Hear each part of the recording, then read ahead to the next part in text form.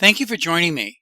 I'm Gord Long. A reminder before we begin, do not trade from any of these slides. They are commentary for educational and discussion purposes only.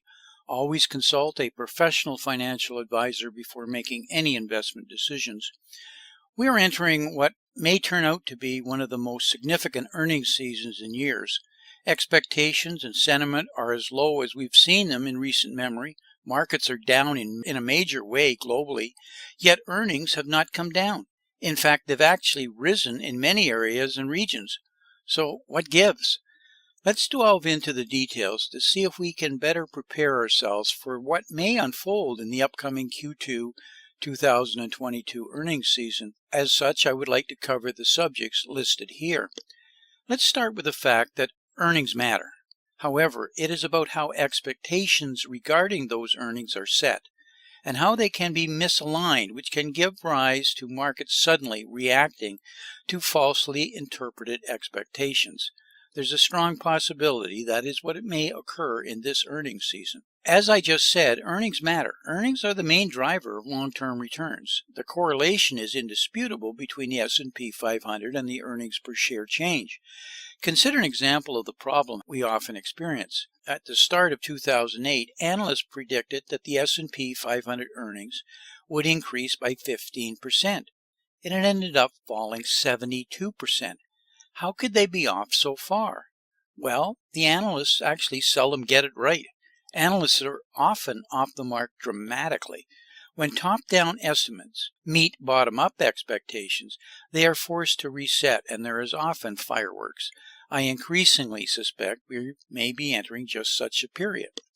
Earnings as well as PMIs in both the US and Europe have been very resilient so far year to date, with outright upgrades of 18.6% to 2022 earnings per share in the UK, 7.5% in the Eurozone, and 3.1% in the United States. How can this be when the markets are down significantly? Presently, not one sell-side analyst expects less than a 10% rally in the second half of 2022. We have a year-end consensus target of 4,482, while we're currently closed on July 8th at 3,900. That is an expectations for a 582-point second half rally, or 15%. On a worldwide basis, using Morgan Stanley's CI index, we have markets down from 108 to 88, or 19%, while earnings are rising. Clearly, valuations and price have reset. Equity valuations have derated by a comparable amount to past bear markets. This chart shows the MSCI World NTM PE change since the last 12-month peak in valuations. In the U.S., price had the fourth worst first half S&P price returns in 95 years. Clearly, earnings appear too high and need to come down, but have the markets overpriced the near-term drop in earnings, especially when they expect, as I've said before, 2022 to end significantly higher? Part of the answer lies in how forward earnings are arrived at. It is how false expectations get baked into the markets and, frankly, are capitalized on by Wall Street. Let's start with top-down estimates, which are arrived at by assessing 1. How much the economy is slowing, and therefore how much slowing in earnings growth we should expect, how much interest rate increases will impact financial leverage and gearing.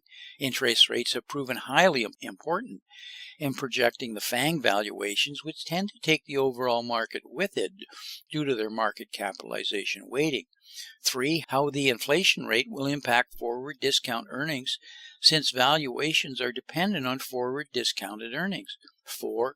The amount of committed corporate buybacks planned, as they directly impact earnings per share outstanding. 5. If a recession is a possibility and the degree to which it might impact earnings. 6. International earnings and a strong dollar hurts the repatriation of earnings to a consolidated U.S. dollar denominated earnings statement. There are many other factors, of course, but we can see is that much of this is forward guesswork, but with little real actual timing of when all this might occur. Normally, it is just by year end or next year or simply the 12-month forward earnings projection. Price is adjusted based on the P in PE compression or expansion, not the E. Bottom-up estimates are different and come out quarterly as reported by company officers and translated by analysts. They're about the actual earnings versus estimates. Management guidance to the best of their view, next quarter and possibly year-end. Their view is based on what they see now, and their industry experience tells them what to expect, but they're not economists. They give real granularity to revenue, margin, taxes, costs, shares outstanding, etc. They are short-term actual, with normally poor but rosy projections. Contrary to what you might believe, this whole environment is not one with any sort of accuracy. A lot of detailed work is made, but there is no real accuracy. As I mentioned earlier, you must be highly alert to major misalignments in expectations during major mid-year earnings reporting, especially after a market has been taken out to the woodpile for a real beating as it has in the first half of this year. So what is priced into the markets as we enter earnings seasons? That is the P of the PE ratio. Let's start with it, then bridge to the E expectations for year-end and the quarter earnings season. Markets price out 6 to 8 months, so a mid-year review aligns pretty well with year-end expectations. What we also must remember is that price recovers about 6 to 9 months before earnings per share start to rise, and very importantly starts to decline rapidly just a few months before equities trough. With that clearly in mind, after seeing its biggest year-over-year PE expansion during the COVID rally, we've just seen the biggest year-over-year contraction in the S&P trailing 12-month PE ratio.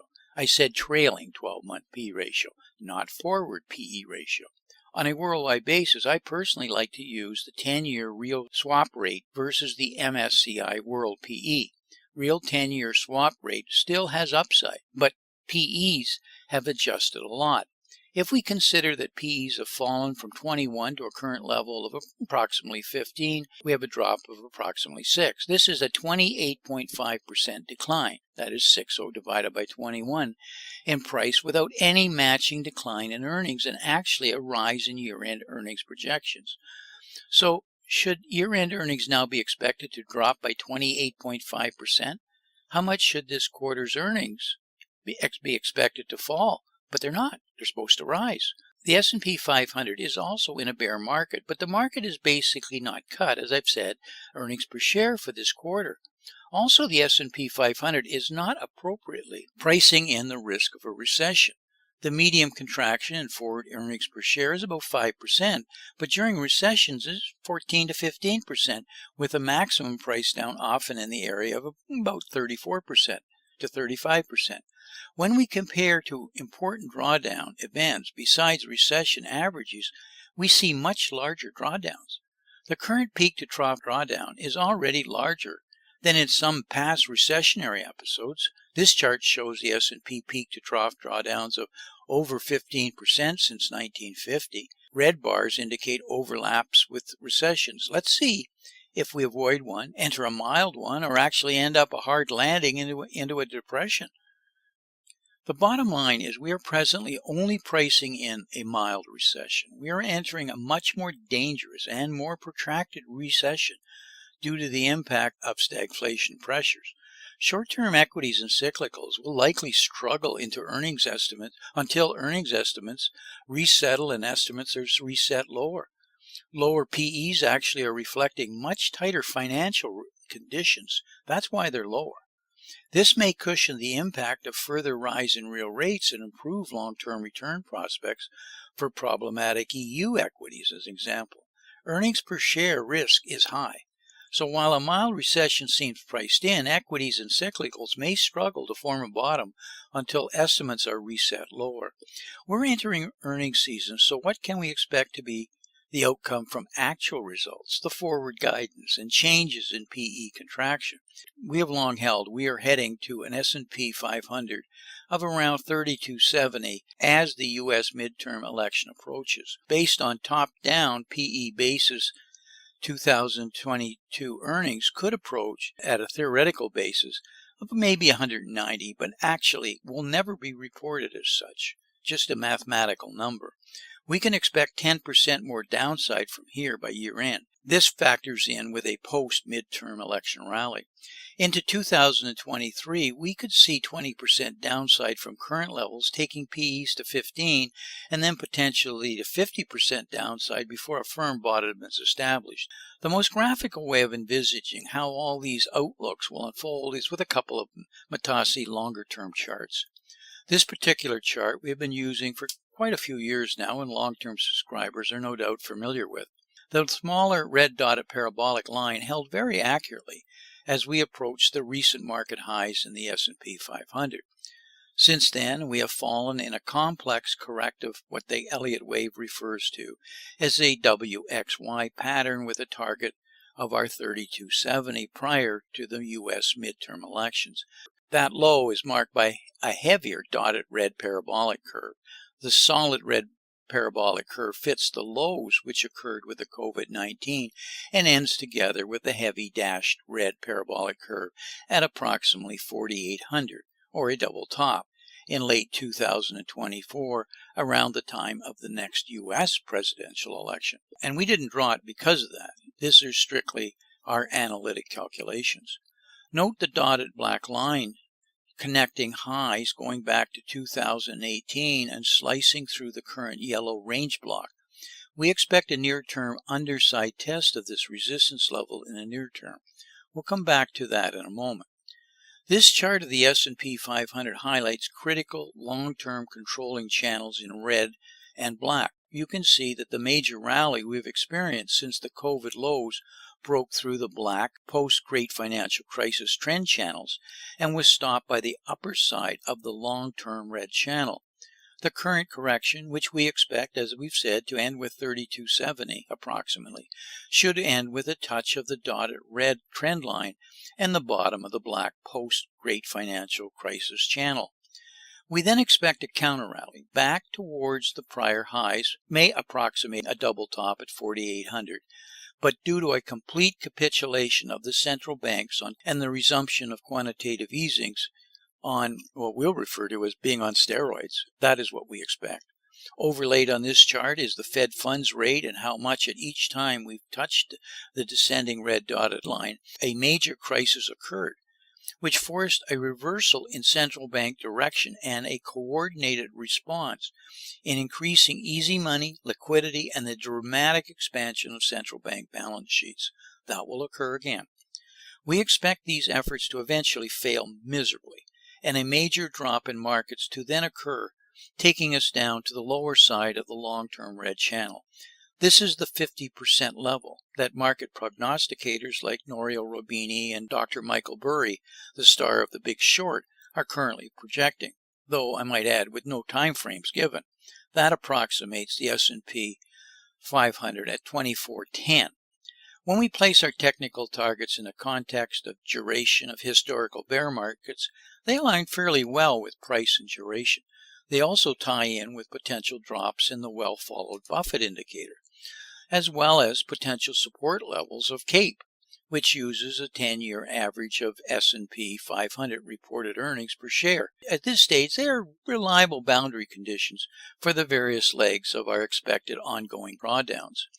Our legs also approximate well the general duration of bear markets. In our case, we may technically experience multiple bear markets during the various stages of the ongoing drawdowns. So far, our discussions have been mostly macro or top-down. Let's have a look at the current status of Q2 bottom-up expectations, however. The Q2 highlights as of July 8th show, for example, earnings growth. For Q2 2022, the estimated earnings growth rate for the S&P 500 is currently 4.3%, higher than I mentioned earlier. If 4.3% is the actual growth rate for the quarter, it will mark the lowest earnings growth rate reported by the index since Q4 2020, which was 4%. Earnings revisions. On March 31st, the estimated earnings growth rate for Q2 2022 was 5.9% growth. 7 sectors are expected to report lower earnings today now compared to March 31st due to downward revisions to earnings per share estimates. Earnings guidance for Q2 2022, 71 S&P companies have issued negative earnings per share guidance and 31 S&P 500 companies have issued positive earnings per share guidance. Valuations, the forward 12-month PE ratio for the S&P 500 is 16.3. This PE ratio is below the 5-year average of 18.6 and below the 10-year average of 17. Their earnings season scoreboard overall for Q2 2022, with only 18 S&P companies reporting as of last Friday, 13 S&P companies have reported a positive earnings per share surprise, and 14 S&P 500 companies have reported a positive revenue surprise. With earnings expected to grow, yet price well below, there is a real possibility of a short-lived but violent counter-rally that could occur, possibly. It may only occur in some of the sectors. However, there is that possibility. We may be simply too far below 5 and 10-year forward 12-month PE averages at this particular point, that is in July. We may in fact be just out a little too far in the very short term over our skis. We are ripe, therefore, for a short-lived counter-rally during the Q2 earnings season. Seldom have we seen such extreme bearishment, with sentiment so low, or stretched, or more cash on the sidelines. I showed this chart earlier and mentioned to pay attention to the black dotted trend line connecting highs since 2008 and cutting through our yellow range correction. A rather shallow rally to that line would, in my opinion, not at all be unexpected. So what should we be paying attention to in the short term? We need to watch the potential bank loan loss reserve growth and what they're going to come out with. And the banks lead their earnings season, so they are the number one thing to look for.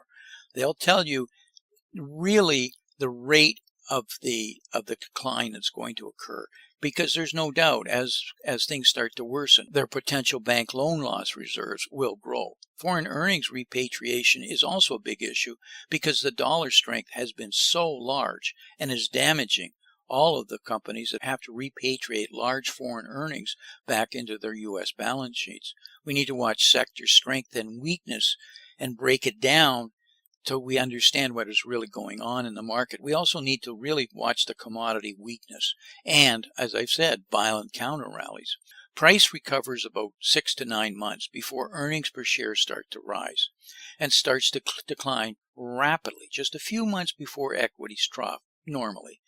If we are correct as we approach our 3270 in the beginnings of Q4, price will be ready to bounce as a change to earnings per share is likely only another 6 to 8 months away. That will give us a year-end rally. By then we expect the Federal Reserve to come off their quantitative tightening stance and global central banks to be ready to soon initiate massive new rounds of quantitative easing, and the market will react accordingly, even before it's announced. Remember, bear market rallies get bigger the longer the bear market continues. We are now entering our fourth squeeze of the 2022 vintage bear. Magnitude of the fourth squeeze in 02 and 08 bear vintage was 21 and 19% respectively. So, what can we conclude? Be cautious, but be diligent in really understanding these earnings. They will be bad, but will they be bad enough? As I always remind you in these videos, remember, politicians and central banks will print the money to solve any and all problems until such time as no one will take the money or it's no value. That day is still well in the future, so take advantage of the opportunities as they currently exist. Investing is always easier when you know with relative certainty how the powers to be will react. Your chances of success go up dramatically. The truth of the matter is the powers to be are now effectively trapped, and they're trapped by policies of fiat currencies, unsound money, political polarization on a global basis, and simple global policy paralysis. I'd like to take a moment as a reminder. Do not trade from any of these slides. They are for educational and discussion purposes only. As negative as these comments often are, there's actually seldom been a better time for investing. However, it requires careful analysis and not necessarily following what has been traditionally the true and tried approaches. Do your reading and make sure you have a knowledgeable and well-informed financial advisor. So until we talk again, may 2022 turn out to be an outstanding investment year for you and your family. And I sincerely thank you. for listening.